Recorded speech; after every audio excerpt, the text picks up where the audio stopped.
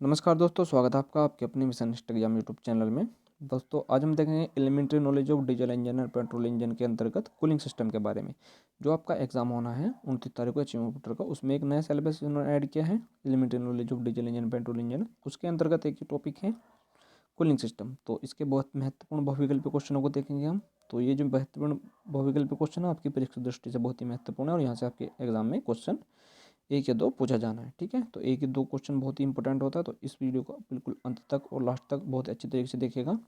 और इस पीडीएफ का लिंक मैं व्हाट्सअप ग्रुप और टेलीग्राम चैनल पर आपने अपलोड कर दूंगा। ठीक है, और दोनों का लिंक मैं इस वीडियो को डिस्क्रिप्शन के डाल दूंगा। ठीक है, और इसके जो सबसे नीचे इसकी आंसर की भी दे रखी है, तो आप वहाँ से जाकर खुद से पढ़ के आंसर भी लगा सकते हो। ठीक, और हम अपने व्हाट्सएप ग्रुप और टेलीग्राम चैनल पर रोज़ कुछ न कुछ आपकी परीक्षा से रिलेटेड जो है नोट्स प्रोवाइड करा देते हैं।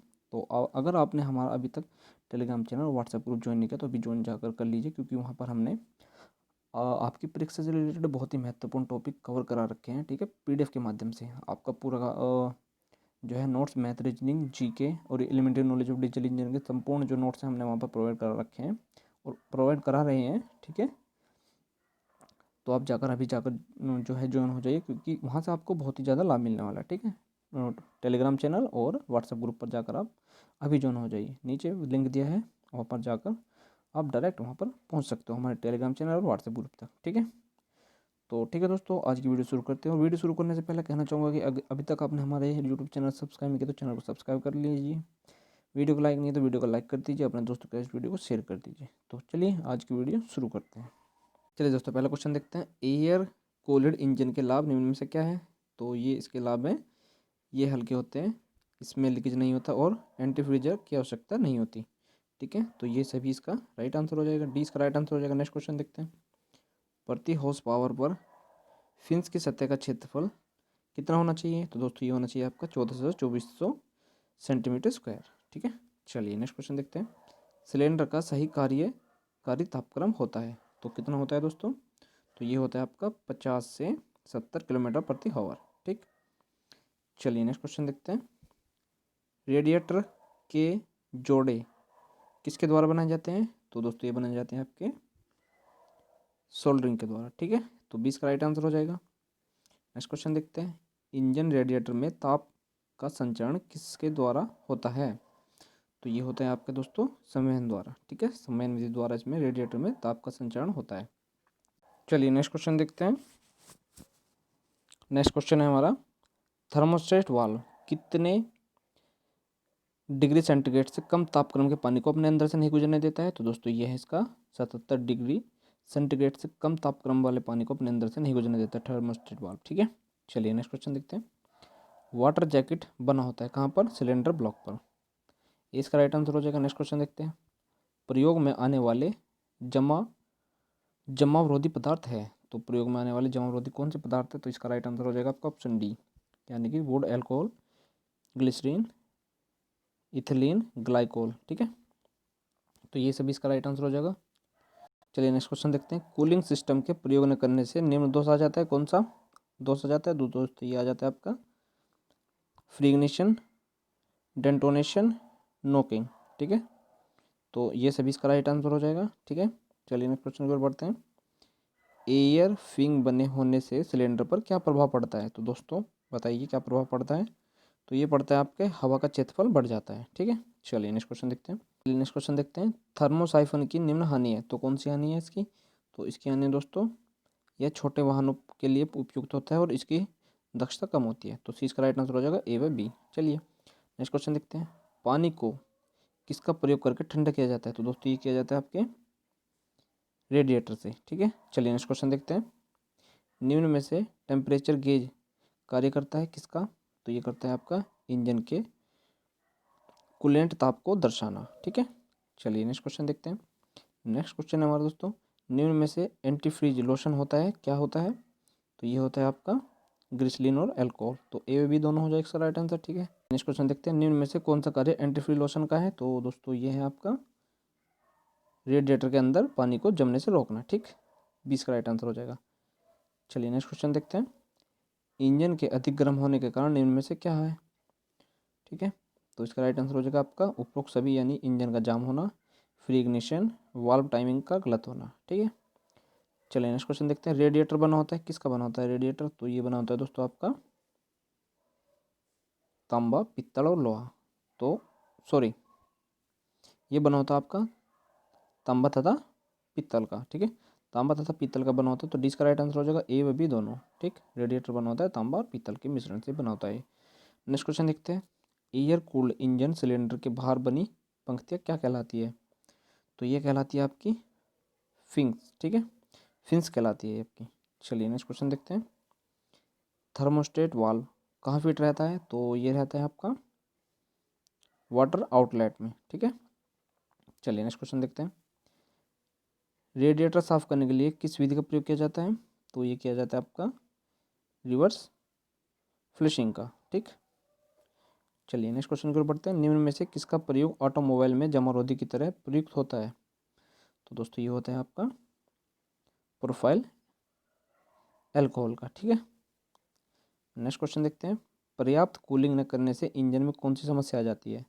तो ये आ जाती है इसकी आपको सीजन, फ्री इग्निशन और नॉकिंग। तो ये सभी इसका राइट आंसर हो जाएगा। ठीक है, चलिए नेक्स्ट क्वेश्चन देखते हैं। इंजन को भारी रूप से धोने से क्या फ़ायदा होता है? ठीक है, तो भारी रूप से धोने के लिए ये होता है आपका इंजन के पुर्जों के संभावित नुकसान का पता चल जाता है, इंजन में जंग नहीं लगता और इंजन की कूलिंग अच्छी होती है। तो ये सभी इसका राइट आंसर हो जाएगा। ठीक है, डी इसका राइट आंसर है।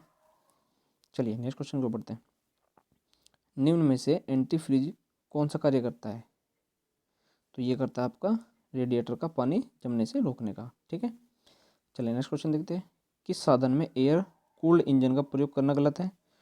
तो ये है दोस्तों आपका इसका राइट आंसर मोटरसाइकिल में। ठीक है, चलिए नेक्स्ट क्वेश्चन देखते हैं। एयर कूल्ड इंजन में सिलेंडर के बाहर बनी संरचना कहलाती है? तो ये कहलाती है आपकी फिन्स। ठीक है, चलिए नेक्स्ट क्वेश्चन देखते हैं।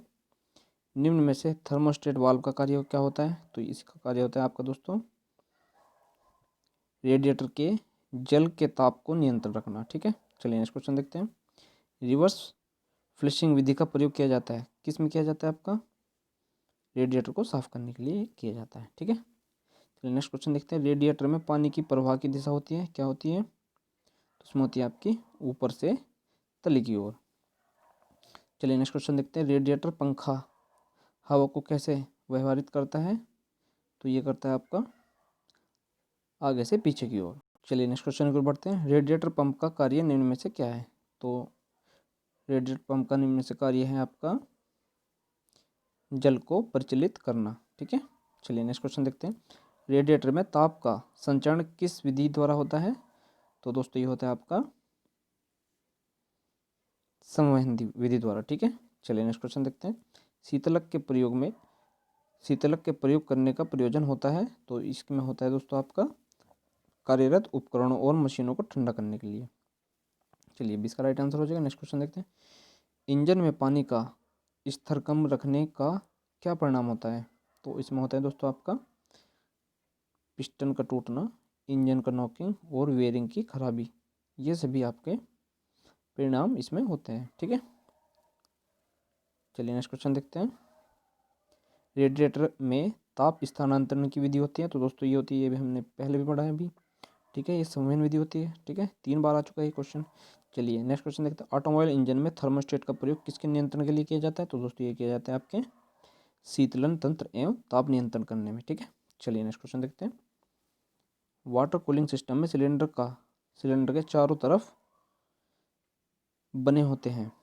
ठीक, तो ये बने होते हैं आपके वाटर जैकेट। चलिए अच्छी तरीके से याद कर लीजिए। नेक्स्ट क्वेश्चन देखते हैं। सोडियम का गलनांक बिंदु कितना होता है? तो सोडियम गलनांक बिंदु होता है दोस्तों 98 डिग्री सेंटीग्रेड। चलिए नेक्स्ट क्वेश्चन देखते हैं। रेडिएटर बना होता है? तो रेडिएटर बना होता है आपका तांबा और पीतल का। ये भी दोबारा आ चुका जो है ये क्वेश्चन, तो ये भी दोनों हो जाएगा इसका राइट आंसर। नेक्स्ट क्वेश्चन देखते हैं। वाटर कूलिंग का प्रकार है? तो कौन से प्रकार है दोस्तों? तो ये है दोस्तों थर्मो साइफन वाटर कूलिंग और पंप कूलिंग। ठीक है, तो ए व बी इसका राइट आंसर हो जाएगा। चलिए नेक्स्ट क्वेश्चन देखते हैं। निम्न में से वाटर कूल्ड इंजन होता है? तो ये होता है दोस्तों आपका 4 स्ट्रोक इंजन और 4 स्ट्रोक इंजन। हाँ, वाटर कूल्ड इंजन होता है 4 स्ट्रोक इंजन। ठीक, तो इसका राइट आंसर हो जाएगा। नेक्स्ट क्वेश्चन देखते हैं, निम्न में से इंजन एयर कूल्ड होता है। ठीक, तो ये होता है आपका 2 स्ट्रोक इंजन में। ठीक, चलिए नेक्स्ट क्वेश्चन देखते हैं, रेडिएटर में किस कारण से पानी कम होता है। तो दोस्तों ये होता है आपका हेड गैस के टूटी होना और कोर से लीकेज होना। तो ए बी इसका भी राइट आंसर हो जाएगा। ठीक है, चलिए नेक्स्ट क्वेश्चन देखते हैं।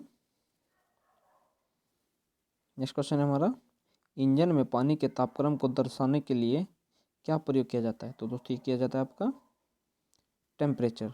ठीक है, चलिए नेक्स्ट क्वेश्चन देखते हैं, इंजन के कार्य के लिए आवश्यक तापमान होना चाहिए, कितना होना चाहिए। तो ये होना चाहिए आपका 50 डिग्री से 70 डिग्री 50 डिग्री सेंटीग्रेड से 70 डिग्री सेंटीग्रेड के बीच में। ठीक, चलिए नेक्स्ट क्वेश्चन देखते हैं, रेडिएटर को फटने से बचाने के लिए क्या लगाया जाता है। तो दोस्तों ये लगाया जाता है आपका,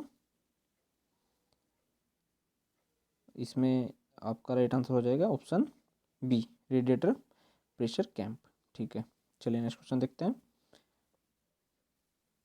रेडिएटर कैंप में कितने वाल्व लगे होते हैं। तो दोस्तों इसमें लगे होते हैं आपके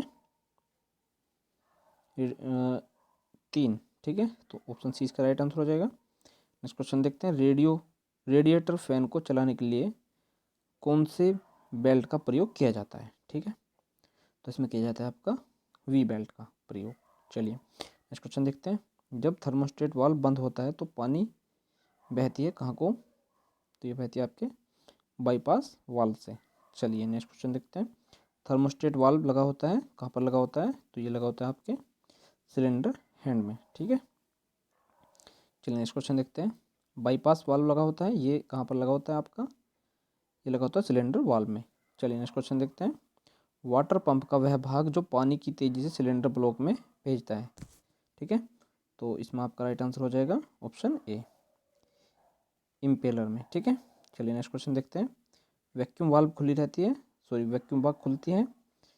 ठीक है, तो इसका आपका राइट आंसर हो जाएगा ए। ठीक है, चलिए नेक्स्ट क्वेश्चन देखते हैं, रेडिएटर के चौक होने पर साफ करने के लिए प्रयोग किया जाता है। तो इसका आपका राइट आंसर हो जाएगा ऑप्शन बी। ठीक है, जल का प्रयोग किया जाता है इसमें। नेक्स्ट क्वेश्चन देखते हैं, बिना पंप का वाटर कूलिंग सिस्टम क्या कहलाता है। तो ये कहलाता है आपका थर्मोसाइफन। चलिए नेक्स्ट क्वेश्चन देखते हैं, वाटर पंप को शक्ति प्रदान किया जाता है। तो इसमें आपका राइट आंसर हो जाएगा ऑप्शन ए, क्रैंकशाफ्ट द्वारा।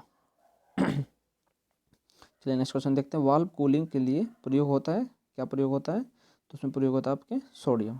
ठीक है, चलिए नेक्स्ट क्वेश्चन देखते हैं, वाटर कूलिंग में रेडिएटर के पाइप ठंडे होते हैं। तो इसमें आपका राइट आंसर हो जाएगा हवा से। चलिए नेक्स्ट क्वेश्चन देखते हैं, शीतलक मिलाया जाता है। तो 59 का आपका राइट आंसर हो जाएगा ऑप्शन बी, कार्यरत उपकरणों को ठंडा करने के लिए। ठीक है, चलिए नेक्स्ट क्वेश्चन देखते हैं, थर्मोसाइफन सिस्टम में होता है क्या, थर्मोस्टेट। ठीक है, इसका राइट आंसर हो जाएगा। नेक्स्ट क्वेश्चन देखते हैं, रेडिएट फैन को ऊर्जा मिलती है कहाँ से। तो इसको ऊर्जा मिलती है क्रैंकशाफ्ट से। ठीक है, चलिए नेक्स्ट क्वेश्चन देखते हैं, क्रैंकशाफ्ट कुल ऊष्मा का कितना प्रतिशत ऊष्मा ग्रहण करता है। तो ये करते हैं आपके 35%। ठीक है, तो सी इसका राइट आंसर हो जाएगा। चलिए नेक्स्ट क्वेश्चन देखते हैं, कंबंसन चैम्बर में उत्पन्न ऊर्जा का कितना प्रतिशत ऊष्मा सिलेंडर वाल्व में जाता है। तो ये जाता है आपका 20%। तो इसका राइट आंसर हो जाएगा। चलिए नेक्स्ट क्वेश्चन देखते हैं, लास्ट क्वेश्चन इस वीडियो का, रेडिएटर को साफ करने के लिए किया जाता है, क्या किया जाता है। तो ये किया जाता है आपका फल्सिंग। ठीक है, तो भी इसका राइट आंसर हो जाएगा। तो ठीक है दोस्तों, आज का जो हमारा कूलिंग सिस्टम के महत्वपूर्ण प्रश्न है यहीं पर समाप्त होते हैं। आशा करता हूँ ये वीडियो आपको अच्छी लगी होगी। अगर ये वीडियो आपको अच्छी लगी, आपके काम की हो, तो इस वीडियो को लाइक कर दीजिए, अपने दोस्तों के साथ शेयर कर दीजिए इस वीडियो को। ठीक है, और ये PDF आपको हमारे टेलीग्राम चैनल पर मिल जाएगी और व्हाट्सएप ग्रुप पर भी मिल जाएगी। दोनों का लिंक मैंने इस वीडियो को डिस्क्रिप्शन में दे दिया है, व्हाट्सएप ग्रुप का भी और टेलीग्राम चैनल का भी। ठीक है, तो वहाँ से जाकर आप ये जो है PDF डाउनलोड कर सकते हैं। और भी हमने NCL की परीक्षा से रिलेटेड सभी जो नोट्स हैं हमने वहाँ पर अपलोड कर रखे हैं। अगर आपने अभी तक हमारा टेलीग्राम चैनल ज्वाइन नहीं किया तो ज्वाइन कर लीजिए, और सारे के सारे जो है वो जो नोट्स हैं वे डाउनलोड कर सकते हो। ठीक है, आपका 29 तारीख में पेपर है, तो उससे पहले पहले सभी के सभी जो हमने साइंस से भी रिलेटेड हमने पूरे के पूरे नोट्स है जो वहाँ पर प्रोवाइड करवा दिए, इंपॉर्टेंट क्वेश्चन जहाँ से आपके एग्जाम पूछे जाने। ठीक है, तो सभी नोट्स जो है मैथ, रीजनिंग, GK वगैरह के हमने वहाँ पर प्रोवाइड कर रखे हैं। तो आप जल्दी से जाकर वे डाउनलोड कर लीजिए और अच्छे तरीके से उन्हें पढ़ लीजिए, याद कर लीजिए। ठीक है, तो ठीक है दोस्तों, अभी के लिए बस इतना ही, मिलते हैं नेक्स्ट वीडियो में, तब तक के लिए जय हिंद, वंदे मातरम।